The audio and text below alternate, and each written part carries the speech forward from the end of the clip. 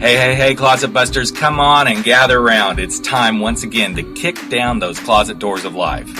We're here to escape our BS, explore our fears, and elevate our self-expression.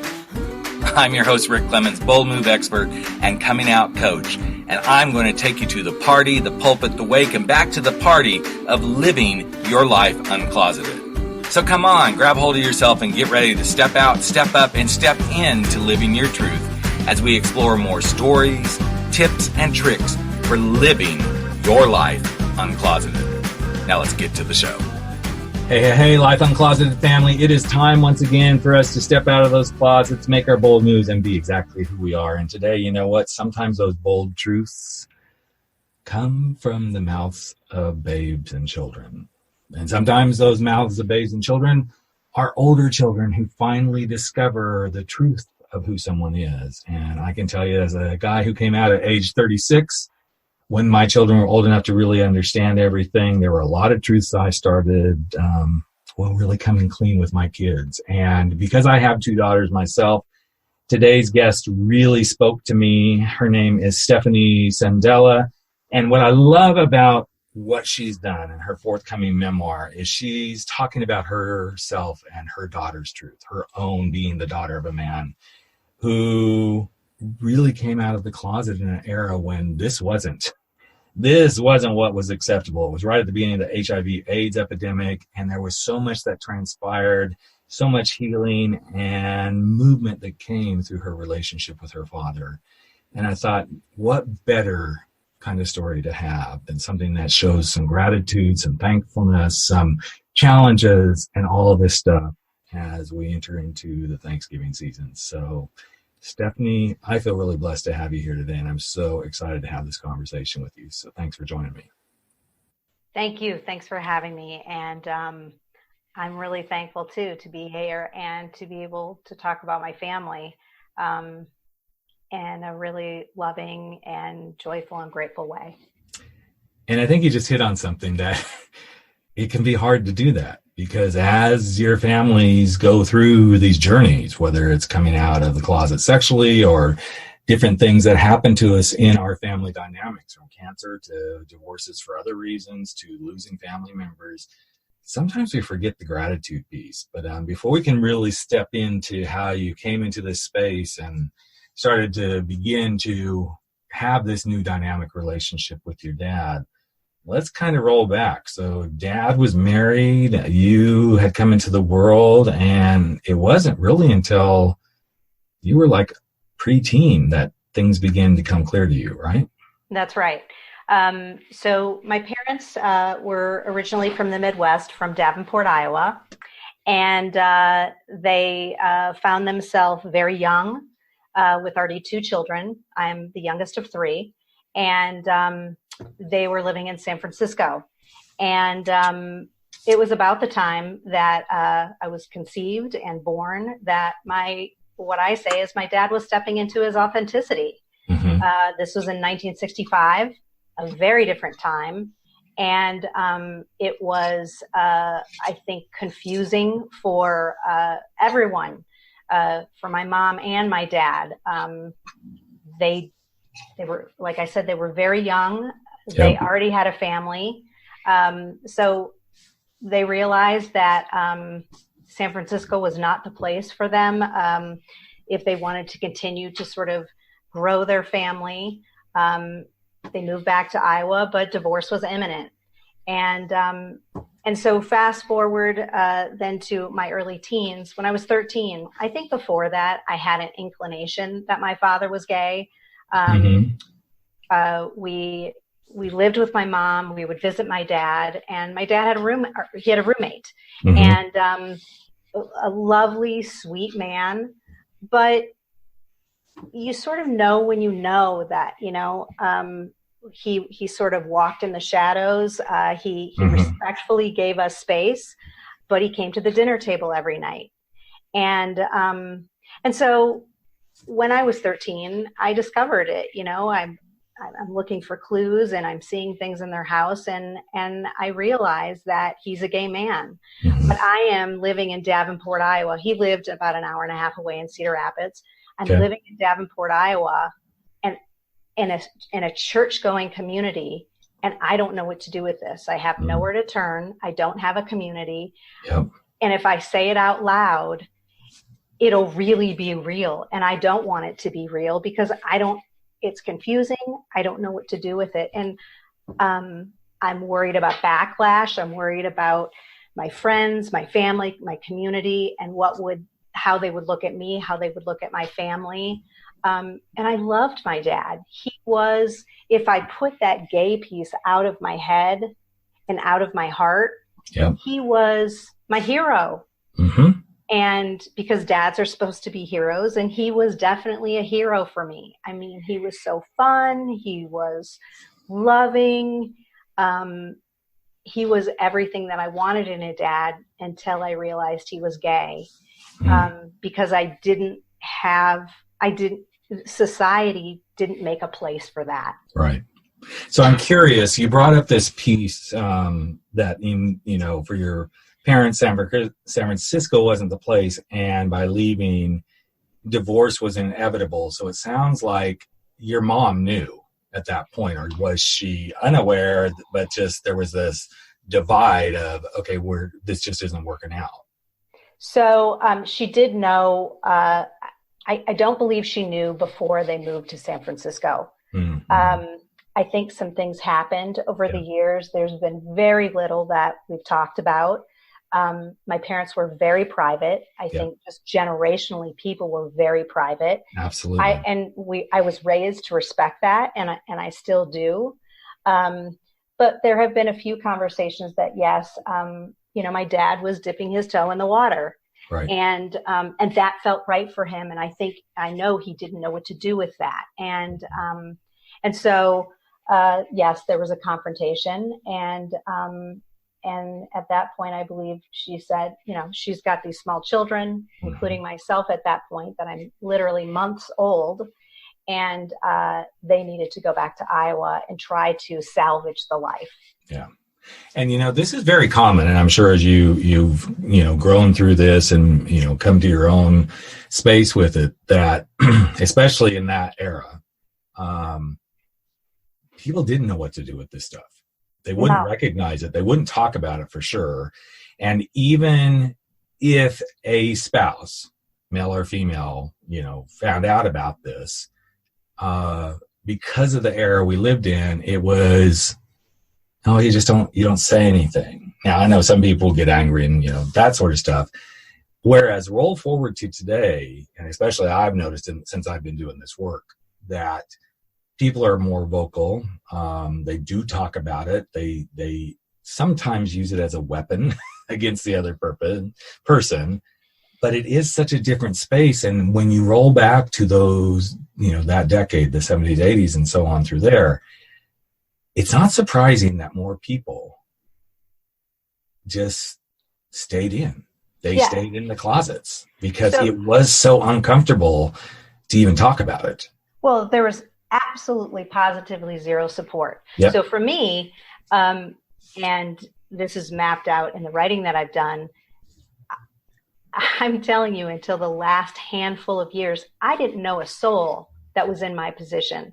Mm-hmm. I didn't know a soul who had a gay dad. It didn't mean that it wasn't happening. Right. When I had these conversations, again, in the last 10 years with my parents, last 5-10 years, and I asked them, why we didn't have the conversations, or, just sort of poking and prodding for answers. My mom shared, she went to a therapist, a psychiatrist, and said, okay, how can I handle this with my children? And they said, don't tell them. Do not share it. Don't tell them. So not only don't support it, but again, there's this keep pretending, keep those secrets, which, as we know, can be so toxic and just come out and manifest in other ways. As for my father, he was religious, he was Catholic, and he knew not to go to a priest because, and he shared this, these are his words, if he went to a priest, they would say, just ignore those feelings. And when he went to a therapist, they would basically map it out that, well, maybe it was your mother that caused you to do this. Maybe it was your wife that caused this to be this way. And he knew that wasn't what was causing this, or it's who he was. And so he wasn't finding the answers / the support that he needed. And so, yeah, it's very different. And I think that today, the platform that I stand on is that today, yes, things have changed. And yes, we have made inroads. But oftentimes I have deep conversations with dear friends, and they'll say, Stephanie, you keep doing this work and you're doing this writing, and what's the big deal? Everybody's out. Everybody's getting married. Move on. And I say, I have children. I've now lived in 3 generations of this, and I can still feel it, and I see it and experience it, and the conversation still needs to be had, because even the conversations that aren't being had, they're not always appropriate. Right. So I think there's still, as a daughter of a gay man, I've sat with other gay dad kids, and in communion we say, this work still needs to be done. The conversation still needs to be had. Well, it's we talk about toxic masculinity. I see this as toxic homophobia, because absolutely, if we don't address the elephant in the room, then it never gets addressed. And when people say, oh, why do you do this? I get the question all the time. It's because all you have to do is read the headlines when suddenly 300 people go after the Catholic Church for this sort of stuff, when a politician suddenly comes out of the closet, when people are adamantly hateful towards homosexuality, gays, lesbian, bis, trans. I can guarantee you many, many, many of those people are struggling with their own innate homosexuality, being lesbian, being bisexual, whatever it is, because there's this piece of yourself that you're so tired of hiding. I'm not saying everybody who does that, that's what the problem is. But I discover this more and more, and I deal with people even at a young age these days that I will get a call and go, yeah, I really think I need to work on this coming out. Great. How old are you? I'm 24. Cool. Why do you feel so compelled right now? Well, because I'm engaged to get married and I think I need to do this. This is still happening, folks, because we still, as a society, as much good has been done, we are far, far, far from this being the norm and people getting beyond this stuff. And so when I hear people like you sharing your story, and you're an older child of a gay person, I don't think anybody realized the impact of what that feels like. I know, because I've raised 2. I have my daughters are 23 and 19. Fortunately for them, they were very young when this happened, and they have been raised with a very open mind, thank God, to myself and my husband and my ex-wife. But that's not always the case. That's right. This is why those stories need to be told. I have to say, so Rick, I listened to the podcast that you conducted with your daughters, and it was beautiful. And there's another woman, Glennon Doyle Melton, and she's very vocal. And when I see and hear and listen to people like you all, I think, I wish I would have had that. I wish that I lived in a place and time that I could have been open, that we could have all been open, because the other side of open is being isolated. Yes. And I had so much love for my dad. I covered things up for him.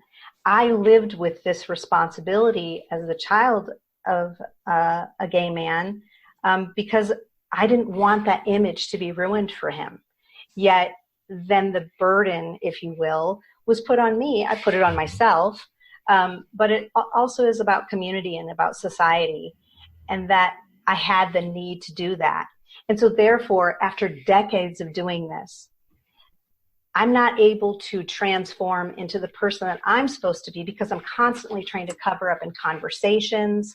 I want to create this image that my father was who he was. And, but yet I don't want the conversation to delve into, oh, so how come he never remarried and this, that, and the other thing. And then all of a sudden I'm moving to a space with my kids. And my kids, there are moments as they grew, and they're now a freshman and sophomore in college, but I would say there's that middle school place that it got tricky. Yep. That I was creating my story, writing, and my son at one point said, Mom, if you go on Facebook and you start talking about this, I'm worried that someone will see this and could hurt you. And so, and there were other things that he tripped into. He was once at camp. Again, this is in middle school, and there were some boys in a cabin, and they were talking about an uncle who was gay. And there was a boy who said, well, you have to be careful of that uncle because he could rape you. And one of the first things when I picked my son up from this camp, he shared this with me, just trembling. Because in our home, we were very open. Right. And we spoke about this. But all of a sudden, you step into this place, this middle school place where you're aware of your surrounding. You're aware of it being safe or not safe to have these conversations. And we're protecting our family. And so, you know, for me, there's so many facets to my story, but in the end, I think it boils down to me telling my truth and me speaking about family. That I have recently come to this new thought of gay is not singular; it's familiar. And so, it's if you're gay and you have a partner or not, you have a family. So it's a bigger story that I think it's important people listen to and really begin to embrace, not tolerate, but embrace it. I'm fascinated by what you just said. I'd love to delve into that a little bit further. So when you say gay is not singular, it's familiar. Take us a little bit deeper there. I love the phrase, but I want to make sure people really get where you're coming from with that. Well, what I think that oftentimes when people start to have this conversation about what it is to be gay or what it means or how they associate it, I think it's really easy to just have this very baseline conversation that gay is black or white. It is this or this. You either are someone, like my dad used to say, you know, honey, he would say, you know, being gay is the same as being straight. That, you know, you're going to meet, if you're straight, some people date people and some people get married. Same thing if you're gay. You're going to meet some people that like to date and some people that like to get married, have partners. And so the point is that it comes in all shapes and forms. And I think when you start looking at it that way, that it isn't this black and white piece, that it's more familiar than we think it is. Yep. I agree 100%. The more, you know, in the community, and there's a lot of, there has been over time, and, you know, I don't hear it so much now, and that gay marriage is, you know, the law of the land, at least knock on wood for now. It was like, well, why do we have to be normal like the heterosexuals? And I'm like, because the more we normalize that there's nothing abnormal about us, the more accepting things will be. That doesn't mean if you don't want to get married as a gay person or a lesbian, then don't. Yeah. But the more normal, and I've experienced this numerous times throughout my life. So most of the listeners who listen regularly know I came out at 36, met my husband, I think it was 38, 39. And my kids were young, and he became a parental figure. And we did stuff together as a family, ex-wife, him, me, kids. And the more I made life normal in every situation, and not just me, the more he did, the more my ex-wife did, the less people were like, oh, okay, there was no issue. Now, I know some people had issues. I don't really care, because I wouldn't throw this in their face, but I wouldn't hide the fact that I was in a gay relationship. And that's where I think you're coming from, is it isn't this or this. It's many different things. Yeah. Gay is waking up in the morning with a partner of the same sex. It's making breakfast together. It's getting kids off to school. It's going to your job and doing your thing and having conversations about what you did on the weekend with your spouse, the same way other people are having that same thing. It's talking about how much challenge you have dating and finding dates as much as the gal next to you or the guy next to you. It's every bit of it is normal, except for the one thing. We're attracted to the same sex. Mm-hmm. That's about it, folks. Yeah. I can be a Christian and be gay. I believe that anyway. I can be an agnostic and be gay. I can be a Buddhist and be gay.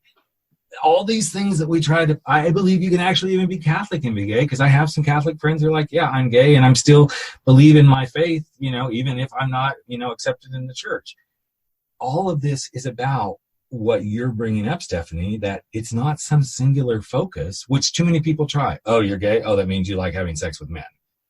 Exactly. It's not just that. There's so much more to it. It's not that simple. It's not that singular. It's not that. Yeah, it would be the same way as me saying, okay, so Stephanie, you're heterosexual. That means you like men. That's what it means. That's it. You're done. You have sex with men. No, there's so much more to Stephanie than her being heterosexual. She's many, many other things too. Well, and I also like to take it kind of in a different direction and maybe just even take that gay piece out and say, because I think that traditionally has made people so uncomfortable. Yep. That it's really getting comfortable with your authentic self. Mm-hmm. It's this layer of authenticity, and that this is, I was brought to this earth to be this person. Yep. And that may be the color of my hair, who I choose to be in life. Mm-hmm. And so again, it takes it away from just that one singular place. Yeah.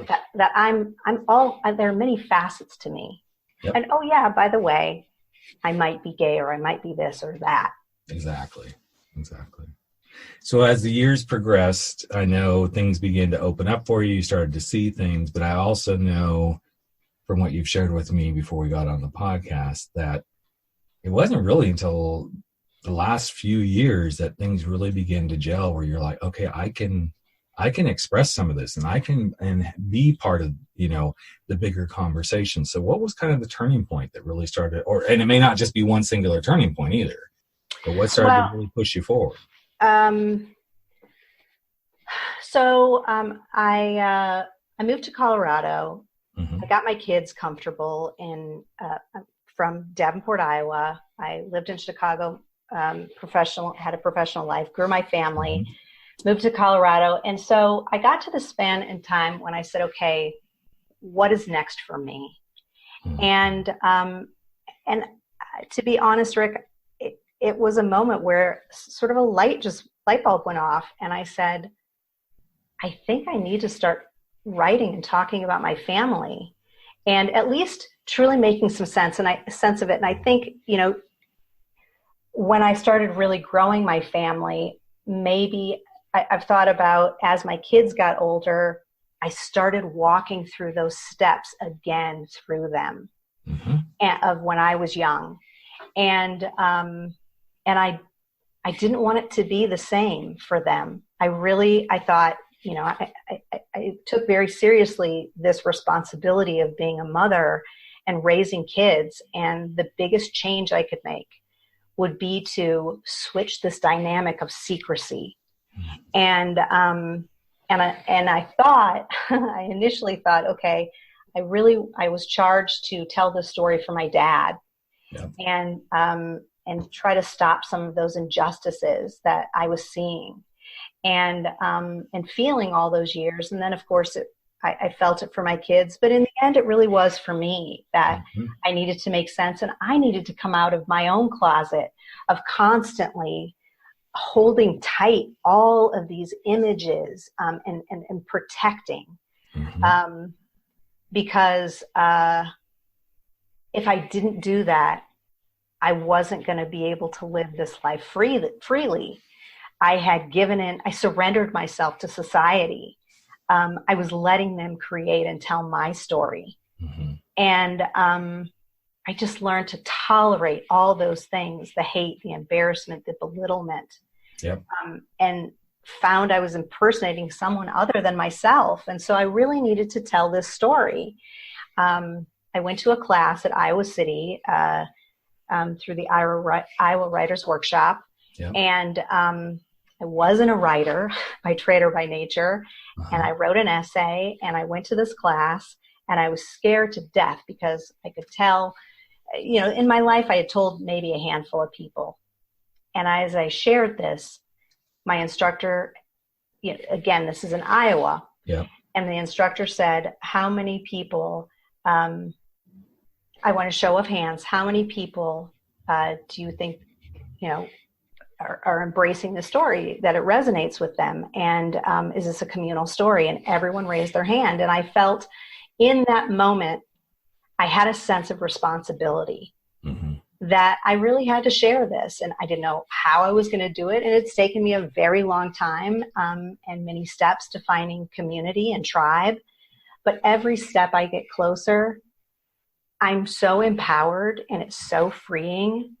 And the shame dissipates.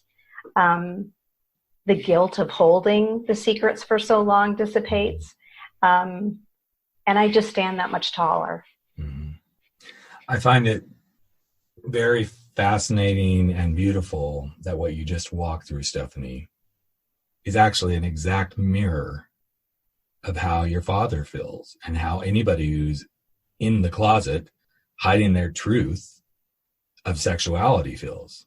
We feel like we can't find where we belong. We feel like we have to keep hiding these secrets, that I can't keep going and living this life. And if I keep going this way, I'm not living freely. I'm impersonating somebody that I'm not. And as I just sat and listened to you, all the parallels, I was like, yep. And what's so powerful is when I hear a story like yours and we share it with the audience, I hope people are capable of not just hearing, this is about a daughter who had a gay father. This is about a person who finally realized for her to be her authentic self, which was tied to her dad being gay, but for her to step fully into her authentic self, she had to go through a coming out journey too. And this is why I do this podcast, because the more people realize every day is a coming out journey. I don't care whether you're gay or straight, bi, whatever. It doesn't really have anything to do with sexuality.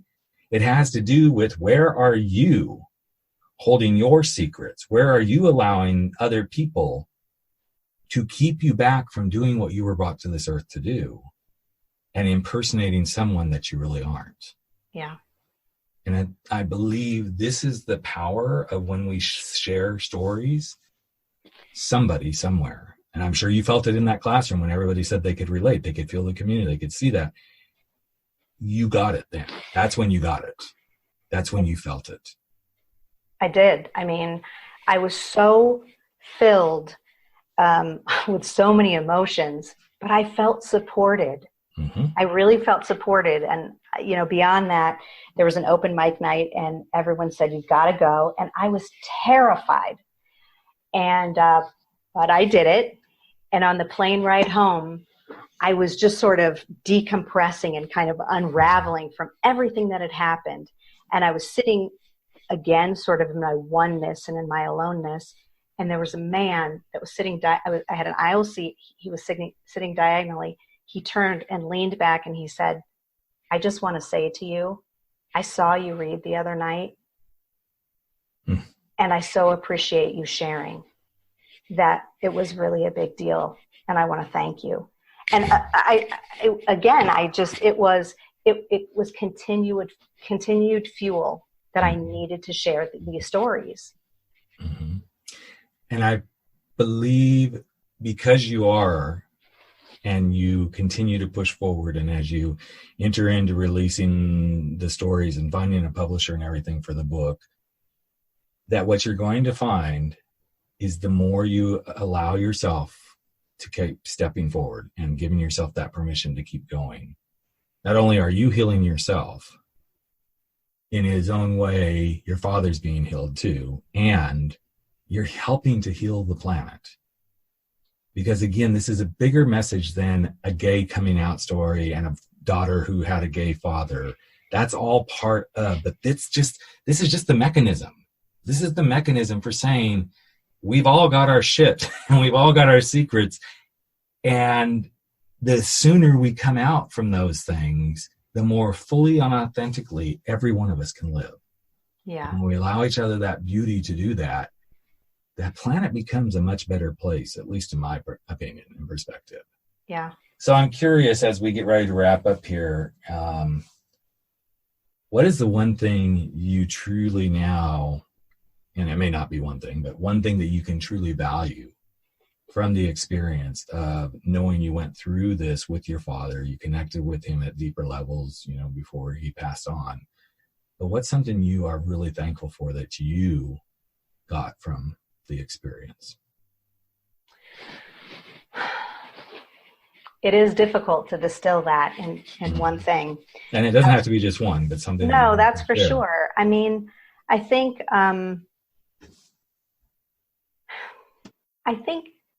for me, I came to a place that I've had a few dark times in my life where I've been in this small space that I just felt like, why me? Why is this happening to me? Kind of thing. Yep.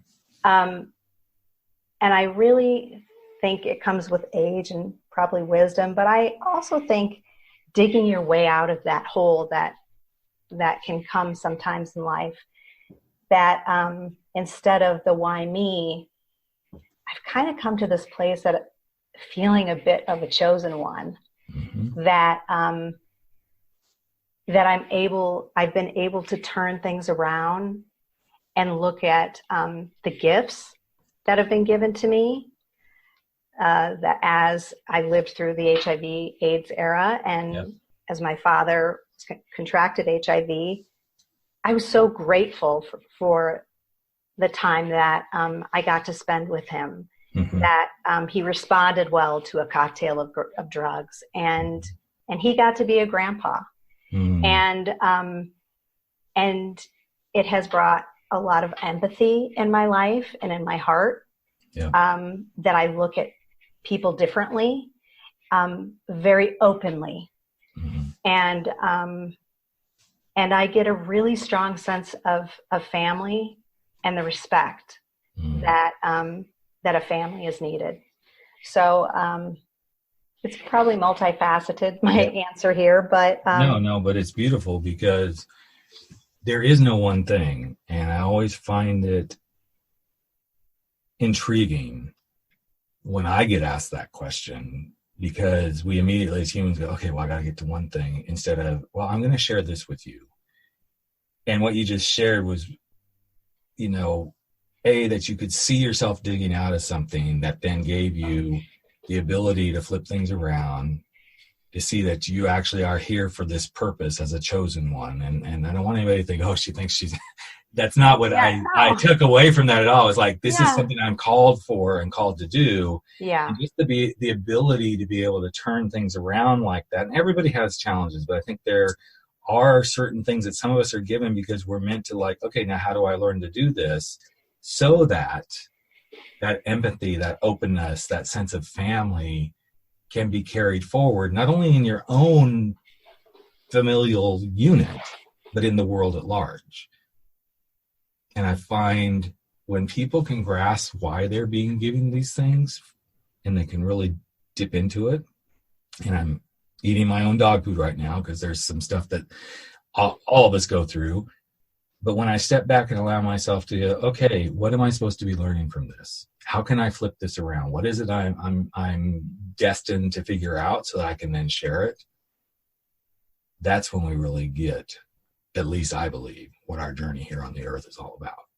And you've shown this in such a beautiful way. So, so the book is hopefully going to be coming out soon. We got to find a publisher, all that good stuff. But it's a memoir. It's entitled A Daughter's Truth. And I love that you're sharing this with the world. And what I love most about it, Stephanie, if I could say just one thing I think is the most, is this kind of book not only can give hope to the children, it can give hope to the parents too. Because when words get shared, where it shows the dynamics and the delving and the challenges and the places that you come to, it inspires. Everybody tends to go, okay, well, that's only for this person. And I've encouraged many, many people. In fact, when I get a new client, I typically send them a couple of copies of my book and I say, I don't know if your spouse will be open to this, but you might have them read it as well. I also always send a recommended reading list for their spouse, simply because this isn't a singular journey. And when you talked about, the singular stuff, I'm like, I get exactly where she's going here, because there is no singular. This is a bigger picture. And I'm excited that you're sharing this with the world. So thanks for what you're doing. And thanks for being willing to be that voice and share yourself, even when at times I'm sure it's quite hard. Yeah, thank you. Thank you for the opportunity. Of course. I really appreciate it. And I would love to hopefully have you back once the book's published and we can talk more about that. So, yeah, love it. Great. Well, thanks for being here today and good luck with everything. Thank you. All right, there you have it. Another episode of Life Uncloseted has come to an end, but that's okay. We're going to be back in just a couple of days sharing more stories, tips, tricks, and wisdom for helping you live your life uncloseted. And you know what? You can share it too. Just take a few moments if you like and if you believe in this podcast and share it with someone you know today. Share it from your phone, go share it on iTunes, Stitcher, wherever you are.